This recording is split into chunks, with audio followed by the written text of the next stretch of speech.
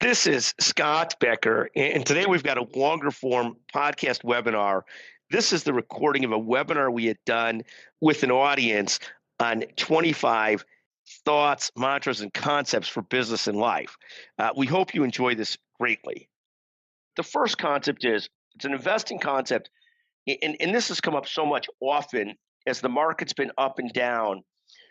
Get either one of the kids, an in-law, a colleague asks me, oh, should I buy the dip now, or should I sell the dip now, should I sell now because the market's crashing and I'm scared. And the first concept we start with in everything, and people have heard this a million times, but it's been so pertinent recently, is you can't time the market. There are so many stats published about how the average return of the S&P over 100 years is 8 or 9 or 10%. But the actual average that most investors get is far less than that because they end up trying to time the market. They end up selling out at the wrong time, buying in at the wrong time. And there's a ton of history that shows that if you miss just 10 days a year in the market, a few days a year in the market, you've missed most of the year's returns. Like there was one day a few weeks ago when the market went up 10%. If you had panicked and sold out before that, you missed that. And it's you can't time the market. Trying to time the market, trying to buy the dip, not buy the dip. These are just fool's errands. And so constantly with that thought, and then the concept related to this that we use, and again, on your list of concepts, this is 25th, but it's not 25th in terms of importance. It's you shouldn't invest in individual stocks. Your core investment portfolio, at least for the huge majority of us, should be built around index funds.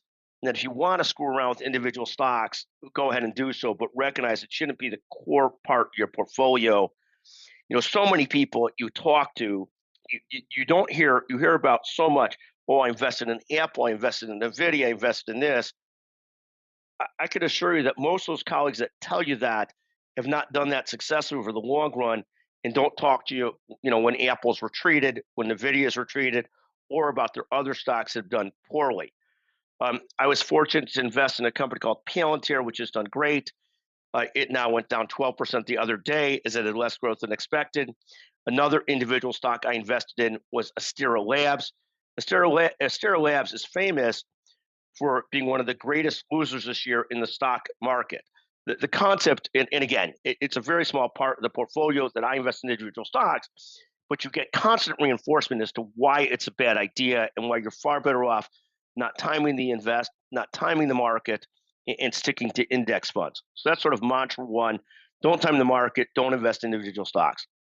The second concept is this.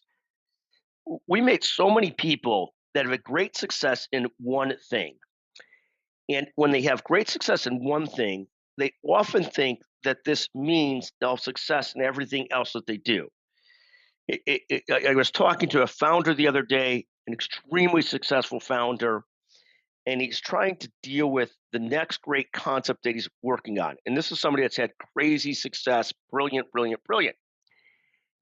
And he spends all his time thinking about big, big ideas rather than incrementally growing again. And what I find is people that have had success in one thing, they have often had success in one thing for the right reasons. They really worked hard at it. They really put the effort into it. And they often started small and grew from there incrementally. And what I find often in founders is once they've had that great success the first time, they tend to forget what it took them to have that success the first time and how they had to start small to get that kind of success and really find their product market fit.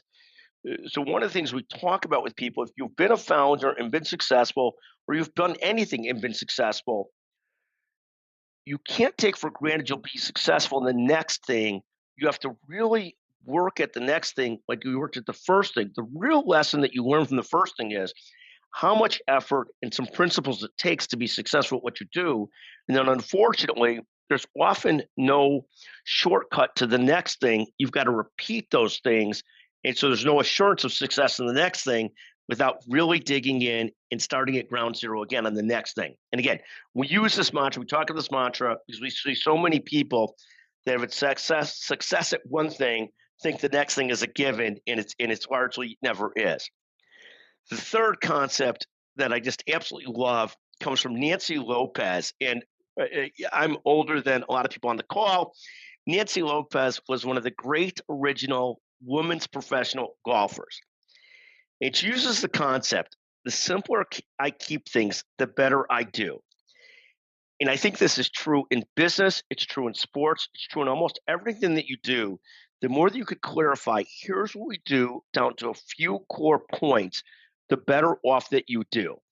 The more that you're trying to do everything or all kinds of different things, the harder it is to really excel. I think it's true in golf. The more you stick to a core swing, the better off you do. The more you stick to a core game plan, the better off you do. That might not get you to play at a professional level, but to play the best you can play. And it's certainly the same in business. The more that you take care of customers in the same way, the more you understand this is how we do things, the better off you are. I love the mantra from Nancy Lopez: the simpler I keep things, the better I do. The fourth concept that I think has been so overused is this concept that culture eats everything or culture is everything. There's this concept that's been talked about often in the business literature: culture eats strategy for breakfast. And again, culture is very important because you have to align the right talent and the right team to do things well and keep them with you for a long time. So culture is very important. But this concept that's become a modern age discussion that culture is everything is, I think, very misguided. You can't lose sight of the fact that it's culture plus strategy, and really talented people are everything. And you might get those really talented people through culture, but I think there are so many people that have mistaken culture for also needing talent and strategy. You need both. You need the best people around you, you need a great culture around those people, and you need a clear strategy, a clear plan for what you're trying to accomplish. But I think it's this concept that culture is everything. I hate that concept. I think it's important, but I don't think it's everything. The fifth concept that we talk about often in building things is we talk about this concept of digging ditches. That let's say you're starting a production and you want to have 50 attendees there. The first time you do it, that may be hard. But the reality is, you get better and better at building that audience, at one to one reaching out, at developing what you're trying to develop, the easier it gets. And like in everything in business, you have to get to a flywheel concept to where you've done it so many times. We used to say in business, in building a legal practice, in building a healthcare media company, in building a business media company, that we have to dig 10 ditches. We have to reach people so fully and do what we're doing so well and have people so grasp on that at some point you get a flywheel going, and those ditches start to dig themselves. But you have to sort of put so much effort in the front end to do that. If I'm trying to get 50 people to a show, I'm going to have to reach out to 300 people, 500 people, 700 people to get 50 there. And then once I learn how to do that, and I've got a regular list of people that will come to that show, at some point it may become easier and easier. But I've always got to make sure for each time we're creating the right vibe, doing the right thing, really working at it. And when I think about that, that's how I think about things. Is we have to dig 10 ditches until they start digging themselves, and it's a metaphor for how much work it takes to get something going, and keep on going and keep at it. And so many people that I've worked with over the years, many people have taken that to heart and realize it's going to be a couple of years till they start to see really see results. Others have never gotten to that spot where things start to dig themselves, where things start to work out as they should. And so those are at least the first five concepts we talk about. You can't time the market. Having success in one thing is no assurance of success in the next thing. The simpler we keep things, the better we do. Culture is everything. No, it's not. And to really get something going often takes tremendous work on the front end. Those are our first five concepts. So let me go through the next five concepts. And again, some of these are against traditional wisdom, and that's sometimes why I like the concepts the most. The next concept we talk about is the concept we use of no new ideas. So everybody's heard this concept.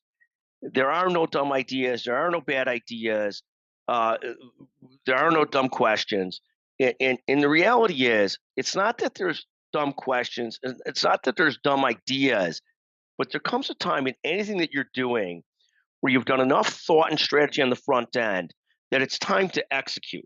And it doesn't mean that as you're executing, you won't add on some ideas and so forth.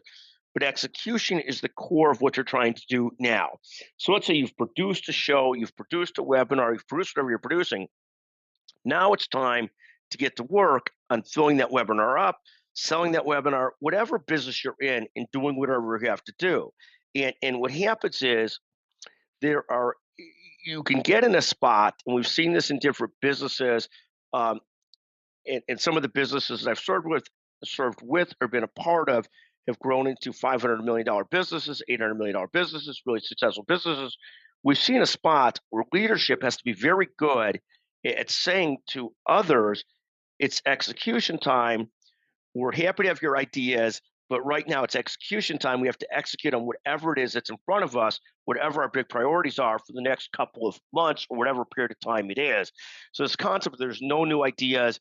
We get into certain periods of time. In the media business, it's a renewal season where there's really no new ideas. We got to focus on renewals. We just had an annual meeting at Becker's Healthcare, 4,700 people, the largest meeting we ever had.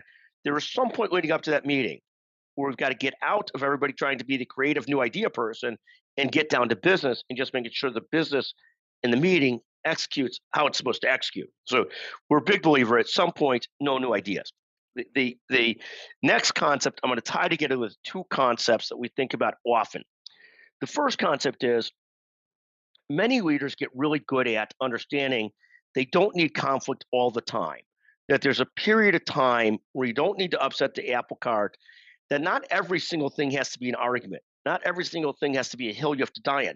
You could disagree with somebody on something, but you don't have to make it an argument or have a tiff with them about every single thing because it's just not necessary and not productive. So don't look for conflicts where you don't have to have them. Now, not everybody loves that. Some people are just prone to conflict. I find people that are hyper prone to conflict aren't good to have in a business or aren't good to live with, or what have you. So don't feel like you have to have conflict at every single moment. You pick and choose where you need to have it. There's a similar concept that we use in business that we have titled "Love Your 90 Percenters." And one of the things we see in business is you will have people that do a fantastic job that are A minuses, A's, B pluses, whatever they are. They're critical to what your business is doing, and they perform at a 90 to 93% acceptable rate. They do a great job overall. When I see leadership mess up, it's when I see leadership that focuses on that other 7 or 8%, that other 3% they do wrong. If somebody is doing something 90% plus right, you just embrace and love that person and what they do, and you almost don't deal with that other 5, 7% unless you could really do so in a positive, constructive way. But getting mad at that person or beating up on them over that 5 to 7% is almost enough to teach a manager to go back to management school. Just a bad concept. So those are two concepts tied together. Don't upset the apple cart. Don't create conflict where it's not needed, and love your 90 percenters. The next concept: marketing versus sales. And this is, again, goes back to the discussion. I'm trying to fill up a venue with 50, 75 people. I could put out 1,000 flyers through what I would call marketing or ear support, but reaching out directly to 100, 200, 300 people that are in the area is more likely to fill up that venue. And we constantly think about companies that want to skip the building of a sales team and want to spend a lot of money on marketing. And again, I'm in the media business, I'm in the marketing business, but at the end of the day, marketing without a sales team is almost always a complete waste of time and money and energy. Marketing is ear support for sales. I mean, there are certain businesses where this may not be the case, where things are consumer, click on the button, buy it types of stuff. But in most of the businesses I've been in, which are business to business media companies or professions or working with companies, there is marketing, but at the end of the day, business is really built one to one with customers, with clients, and you need a sales team to do that. And you might think you could skip the hard work through lots of marketing, but I found marginally that it's not the case. Marketing, if it's lead generation, can lead to leads, but you still need salespeople to really harvest and work with those leads. And similarly, this concept that in everything you do, don't put the cart before the horse. You need to, on a parallel path, build a sales team and build a marketing team. if you want to do something substantial. So that's sort of the third concept of these five, or the eighth in total. The next concept is a tweet we had seen, and I feel so bad because I forgot to put the name of the person on here. Is life is a game. It's not only about winning; it's about having fun while playing. And I think for everything that one does, I'm not one of these believers that to find your passion and just do that, just follow that.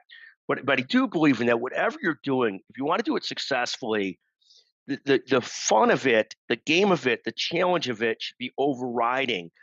When I was first building a media company, first building a legal practice, we weren't thinking about dollars. We were thinking about building, and the fun was in the building, not the harvesting of dollars. Harvesting of dollars is always nice, but the fun is in the building, and you better love talking to people, visiting with people, whatever you're doing as a business. You better at some point love it and cultivate that love, and you better have fun while you're doing it if you want to do it for a sustainable period of time. I always saw people that were investment bankers that they could go through the grind for a few years if they didn't love it and try and make so much money that they could just then do whatever they wanted. But by and large, if you're to do something for a sustained or longer period of time, you better find a way to enjoy it as well. It's, for example, those people that talk about practice is so important. You got to find a way to make practice fun so you actually could keep on doing it and enjoy it, where it becomes almost as important as the outcome and the results. But this concept that life is a game, not just about winning, but also the process. I had a chance to interview Nick Saban, the famous college football coach, last week at one of our meetings, and he talked about his evolution as a leader. From there's leaders that are strictly results oriented, uh, to leaders that are transformational. And he talked about, as you move out of just results into process driven and enjoyment driven and trying to change people's lives driven, how much of a better leader you become. And I think that lines up nicely with this concept that ultimately life is a game. It's not just about winning, it's having fun while playing, and trying to grow and do what you're trying to do. So that's the fourth of this group of five concepts. The last concept also I'll talk about in this group is also something that I view as one of the great half truths of everything that I see out there. And there's a concept that goes like this: that how you do everything, how you do anything is how you do everything. And this is a concept that says that in every single subject, you've got to do fantastic 100% work. And everything, single thing that you have to do, you have to compete like the world is ending. And we all know people like that. One of my closest friends used to be impossible to play sports with because he would treat sports like business, and everything we did, he treated like a death match. And so forth. It's just no fun. I'm a big believer that for most of us, we could be great in a handful of things, and the other things that we do, we can't expect to be great in, and we have to treat as hobbies, not as professional pursuits, to be the greatest that we could ever be. Most of us don't have that much discipline, that much willpower. You figure out the things that you're great at, you do those things to the best of your ability, and then you have to give yourself a break in other things if you want to do things sustainably for the long run. So that's that concept there. And I hate this concept. How you do anything is how you do everything. I'm a half believer in this, like I'm a half believer in some other concepts, but that's the thought there. So five more concepts here. There are times in business where no new idea should be the rule. Don't look for conflict where you don't need to have it. Love your 90 percenters. Marketing and sales, not marketing instead of sales. Life is a game. You better enjoy it, not just try and get results. You better enjoy it too. And this concept of how you do anything is how you do everything, we believe again is a great half truth. So let me stop for a second and take two quick questions that have come up. One of the questions that's come up, and then we'll get back to this core concept, is what are your comments on how leaders manage technology to improve processes and efficiencies? Some technology does, but constant change seems to impede efficiencies versus improve it. This comment and question, of course, is absolutely right on. It's very important that you pick carefully which technologies you're going to implement. That my cardinal rule in picking up new technology or using new technology, invest in technology, is I am never going to be a first user. I'm going to start with a reference case, if somebody can't give me a good reference case and I can't talk to that reference case or a client very closely about how they're using it, what's going on, then I can't do it because every time that you introduce new technology, it's very disruptive to your team. It costs money. Some technology ends up with 3% users, some ends up with 50% users. And you have to be very thoughtful. I'm a big fan of being intentional versus opportunistic in technology. My other rule of thumb is I'm never going to be a first user. It's not, you can be if you're a massive company, you can be in certain situations, but we're generally not a believer. And it's constantly trying to, are things user friendly? Do they have great support? Is it a company that's going to be there for the long run that you're working with? And really picking and choosing how many things you're going to attack at any one time. I think it's a great question and comment. There's another comment about how do you factor in tariffs and I would say uncertainty into what you're doing. And I'll talk about it from a business perspective and an investment perspective. On an investment perspective, I'm the biggest believer that you have to understand your allocation of assets, bonds to equities to cash, and how you could live with that and the potential impacts really well as you start to seriously invest. And you have to have an allocation you could live with through good and through bad times. Many of us learned this, 20, 30 years ago. I went through the dot-com bust when I had most of my assets in equities and technology equities, and it went down 20, 30%. That was my wake-up call to really try and learn about asset allocation and what worked for me, not worked for my broker. What really worked for me, you have to have an asset allocation, and I'll get to the business part of this as well that somebody asked about too. You have to have an allocation that you could live with in good and bad when the market goes up and does and goes down. And I'm a huge concept of the right allocation, the right emergency fund, so you don't have to sell into the dip, you don't have to panic. And for all of us, that allocation will be different. There are fantastic tools online. Vanguard has a great set of tools that you could look at different asset allocations and how many years those allocations will result in a negative versus a positive to try and understand how you might react when the market goes down significantly. For many of us, it doesn't matter that the market's gone up 20% in the last couple of years. When it goes down this year, we still get very nervous and anxious, even though we know we're playing with ahead of the game because we're still uncertain about the past. So understanding your market allocation and really having the allocation you can live with is so important because there's all this change and tariffs and everything else around.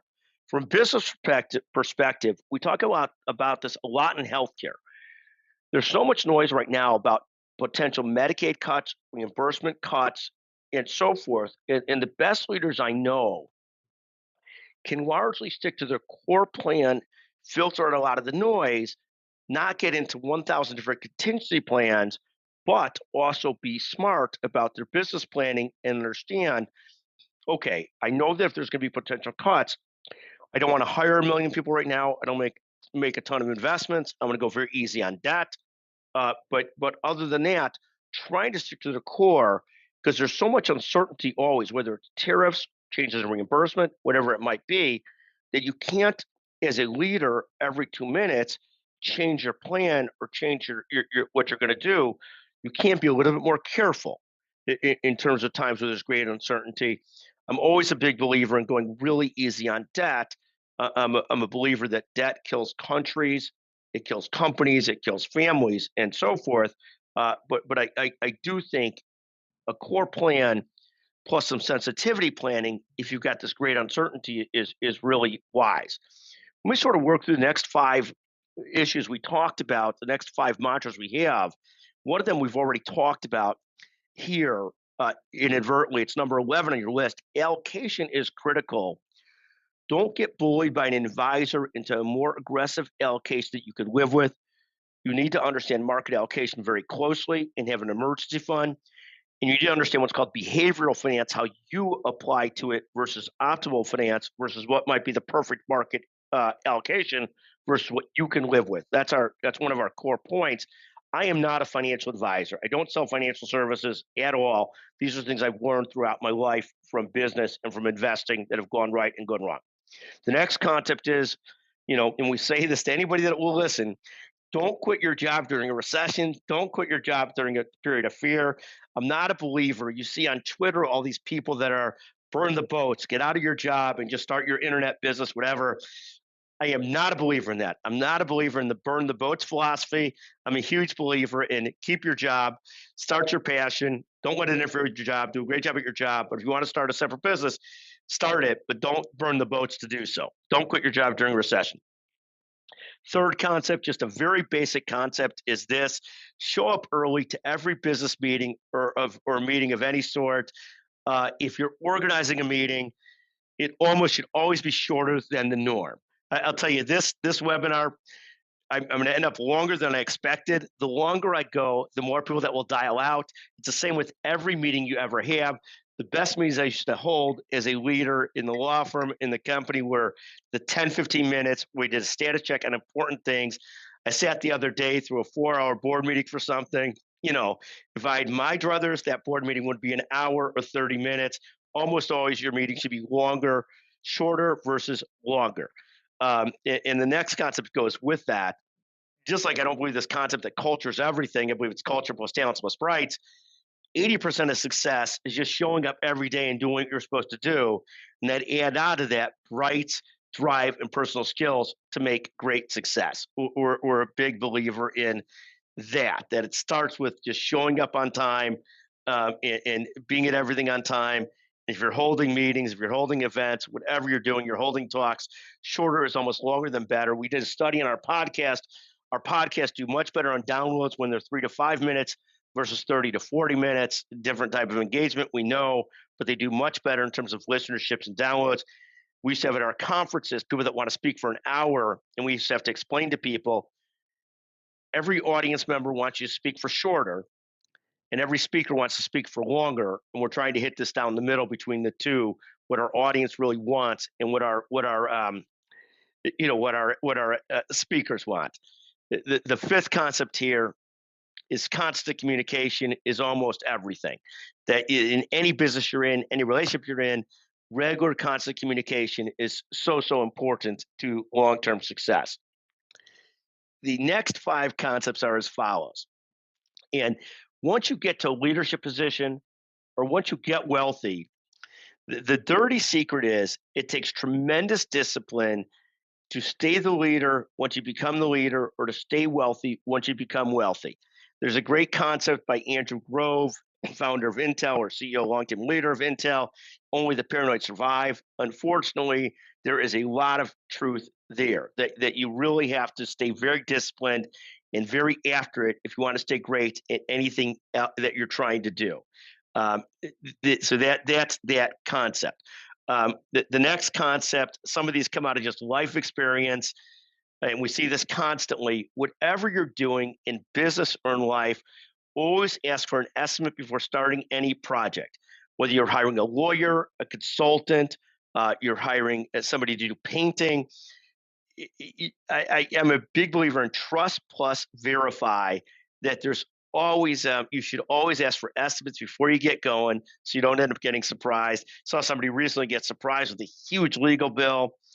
Saw it happen with a painting project. And again, all fine, but we're a big believer. One of the lessons is always ask for the estimate before starting the project: legal, consulting, painting, anything you're doing, technology, whatever you're doing.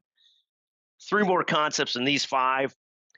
As the economy weakens or struggles or you have uncertainty, always important to prioritize your spending to what you think is critical, to go easy on debt, understand your asset allocation, and maintain your emergency funds. So that's the next concept there. The next one is one, a health one: injuries versus illness. As you get older, and even as you're younger, you see more and more people with life-threatening illnesses, cancers, and so forth. I went through a period last year where I had 2 or 3 eye surgeries and injuries to the knee and knee surgery. And I have to tell you, you have to be so thankful for things that are injuries and at least largely reparable versus the illnesses that other people suffer for. So be thankful if you have a repairable injury. It's no fun, but be thankful for it, and that it's not the kind of illness that can kill you or be chronic and so forth. Another business concept, it's we find the very best business people really know their own business really well, and they know the business that they're in really well, and then they apply what they do in that context. One of the greatest compliments I ever heard about a CEO, and it's not that everybody should be a micromanager.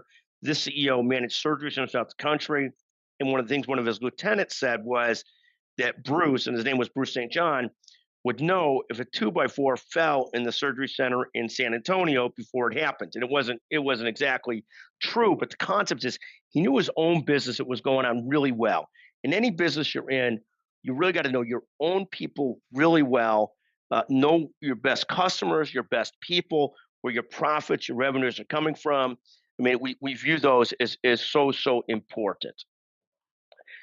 Another concept that's similar to this, and this is really for people building professions, building businesses, and about the evolution of careers and growth, that you practice whatever you do, whether you practice medicine, you practice law, you practice PR, whatever you practice that, you get good at that, and then you practice leadership within that. Then you grow into a leader into that. And that's sort of how we view that. I'm going to stop for a second. Somebody had asked another question about if I had one core business and leadership thought that I rely on, and I would say I break it down into three, but even there, I think there's one that overrides it. Is we break down business into three core concepts, then we add on a lot of concepts from there. We're a believer, at least for what I've built over the years and seen built successfully, to be niche centric, to really be great in a niche. Second is to be hyper customer centric. Every customer, especially as you start to understand it, is really important. And you have to tier your customers into the more important versus less important. And third is everything is about being team and talent centric. And if I had to look at one of those as the most important, team centric, customer centric, or niche centric, I would say that it's team centric. Every place I've had great success, we've built great teams. Every place that I've failed is where I try and do the Twitter thing of being a solopreneur. I think if I look at one thing more important than anything else, it's building great teams. Jim Collins has a great theory. He's probably the premier business writer of my generation. Wrote the book Good to Great and Others. That if you get the right people on the bus, you can figure out where to steer the bus. And I do think having the right colleagues, the right teammates, and doubling down on those is everything. If I had to have one cardinal concept, it's that. Then it goes with being niche centric, customer centric, finding product market fit, and a number of other things. So I love that question. So thank you very much for the gentleman who asked that question. I know it's gentleman because I know the person, but thank you very much. The next concept we talk about, and it goes back to investing, is this concept of save like a pessimist, invest like an optimist. So if I'm a pessimist, I would have so much money in emergency funds and cash and bonds, and I'm safe no matter what. One of the great pessimists of our time would be Warren Buffett, who's sitting on, I think, at Berkshire Hathaway, something like 300 billion in some crazy amount of cash to invest. I'm a big believer that he's got things much more right than wrong. Save like a pessimist, invest like an optimist. I'll also invest a part of my money into index funds, long-term equities. So I've got some in private equity funds, some in venture capital funds. We could have a whole different discussion on whether that's been successful or not, and in private companies. But yes, I'm going to invest X amount in equities as I'm optimistic in the long run. That's going to help me fight inflation and help us be wealthy and do great. But save like a pessimist. Make sure you got your nest egg taken care of. You got your emergency funds taken care of. You got your right ratio of bonds, equities, cash, et cetera. I love that concept. The third concept is, and anybody who's older will be able to appreciate this. There's a concept of don't let the old man in. I don't know who originated this concept, but if you look at your friend group and you're a certain age, even at a young age, some of your friend group has done a great job of staying fit, trying to stay at it, trying to stay healthy. Others have let themselves go. And the great challenge of letting yourself go is it is harder and harder as you get older to get back at it if you let yourself go. There's a great book by Peter Attia about health, and he talks about health span versus lifespan. And if you don't make the effort to if you let the old man in, if you slow down too much, physically, mentally, otherwise, you end up in a spot where tremendous challenges ever recovering to where you want to recover. Anybody that's taken days off of exercise or had to because of injuries know how tight things get, how creaky they get, and so forth. And the longer you let yourself not do stuff, the easier it is for it to become a permanent state of mind or state of physical being. Two more concepts I'll talk about. One of them comes from Jerry Seinfeld. He talks about he gets by on meditation, lifting weights, and coffee. I'm a believer that I got to try and constantly this balance of a little more meditation, a little more breathing, a little more calm to go with my generally hyperactive self, and a little bit less coffee again. To do these things, more meditation, more calm, less coffee, to me is solely, of course, aspirational. I struggle at them, but we try. The last thing we talk about, and it's really true about business, it's probably true about a lot of other things, is I hate people that complain. We think about things as either double down on it, stay the course, or abandon the effort. If you're building a new business, at some point you got to make the decision. You keep doing what you're doing, or you're going to double down at it or abandon the effort. Everything I've ever done well in life, at some point, incrementally, we've made the decision. It's now time to double down on this, and so we work on that concept of okay, now let's double down on this.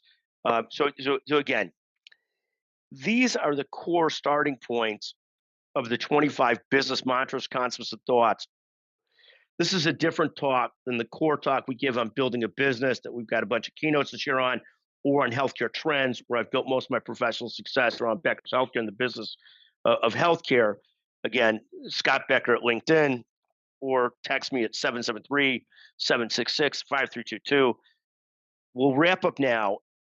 Thank you all for joining us today. I really appreciate it. I really appreciate getting a chance to work on this discussion. I hope that you enjoyed it. Thank you very, very much. And thank you to Michelle Byers, Robson, and Rosa McKenzie and team. Just fantastic. Madison, thank you all at Scora for your help. And thank you for joining this Becker Private Equity and Business Podcast webinar. Thank you very much.